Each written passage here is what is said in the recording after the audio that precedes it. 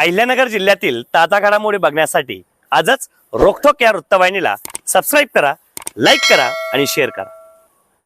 विवाह जुळवून देण्याच्या नावाखाली तरुणांना जाळ्यात ओढणे, विश्वास संपादन करणे, पैशांची मागणी करणे आणि अखेर खंडणीसाठी बंदी बनवणे, चित्रपटातील कथानकाला साजेशी वाटणारी ही घटना प्रत्यक्षात राहता शहरात उघडकीस आली असून राहता पोलिसांनी वेळीच हस्तक्षेप करत एका कथित महिला टोळीचा भांडाफोड केला आहे। या कारवाईमुळे एका शेतकरी तरुणासह त्याच्या मित्राची सुखरूप सुटका पोलिसांकडून झाली असून 3 महिलांना त्वरित अटक करण्यात आली आहे। बारामती येथील विवाह इच्छुक शेतकरी तरुणाला विवाहासाठी मुलगी शोधत असताना आरोपींनी आपल्या जाळ्यात ओढले। सुरुवातीला विवाहासाठी योग्य स्थळ असल्याचे सांगून विश्वास संपादन करण्यात आला। त्यानंतर राहतालगत साकुरी शिवार येथे मुलगी दाखवण्याचा कार्यक्रम आखण्यात आला।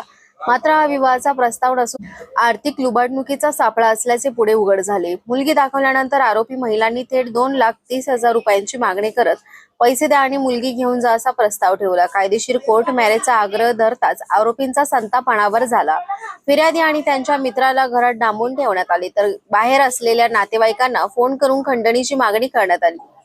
पैसे दिल्याशिवाय तुमच्या लोकांना सोडणार नाही अशी धमकीही देण्यात आली। मात्र फिर्यादीच्या नातेवाईकांनी प्रसंग अवधान राखत राहता पोलिसांशी संपर्क साधला। पोलिसांनी तात्काळ घटनास्थळी धाव घेत फिर्यादी व त्यांच्या मित्राची सुटका केली। या धाडसी कारवाईमुळे संभाव्य गंभीर गुन्हा रोखण्यास पोलिसांना यश आले। या प्रकरणी राहता पोलीस ठाण्यात गुन्हा दाखल करण्यात आला असून आरोपी रेश्मा केशव काटे, मंगल अंकुश पठारे आणि सुगंधा कैलास गायकवाड या तिघींना अटक करण्यात आली आहे। त्यांच्या विरुद्ध गुन्हा रजिस्टर नंबर 243/2026 अन्वये BNS कलम 316(2), 318(4), 308(2), 126(2) व 3(5) प्रमाणे गुन्हा नोंदवण्यात आला असून पुढील तपास राहता पोलीस करीत आहेत। या प्रकरणातील प्रमुख आरोपी मंगल अंकुश पठारे हिचा गुन्हेगारी इतिहास तपासताना धक्कादायक बाब समोर आली आहे। तिच्या विरुद्ध यापूर्वीही फसवणूक व धमकी संदर्भातील 2 गुन्हे दाखल असल्याचे उघड झाले आहे। नव्याने दाखल झालेला हा 3रा गुन्हा असल्याने ही सराईत स्वरूपाची आरोपी असल्याचे स्पष्ट होत आहे। सलग 3ऱ्यांदा गुन्ह्यात नाव समोर आल्याने मंगल पठारे ही सराईत आरोपी असल्याची चर्चा परिसरात रंगली आहे। विवाहाच्या आमिषाने आर्थिक फसवणूक करणाऱ्या अशा टोळ्यांविरुद्ध कठोर कारवाईची मागणी नागरिकांकडून होत आहे। अलीकडच्या काळात विवाह जुळवून देणाऱ्यांच्या नावाखाली फसवणुकीच्या घटना वाढताना दिसत आहे।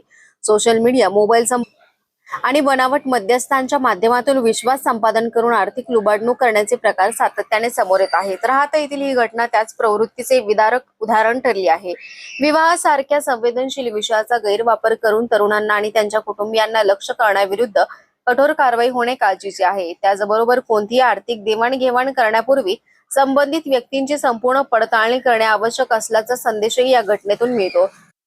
सदरची कारवाई पोलीस अधीक्षक मुमक्का सुदर्शन, अप्पर पोलीस अधीक्षक सोमनाथ वागचौरे, उपविभागीय पोलीस अधिकारी अमोल भारती यांच्या मार्गदर्शनाखाली पोलीस निरीक्षक दीपक सरोदे, उपनिरीक्षक कोमल कुमावत व त्यांच्या पथकाने यशस्वीरित्या पार पडली।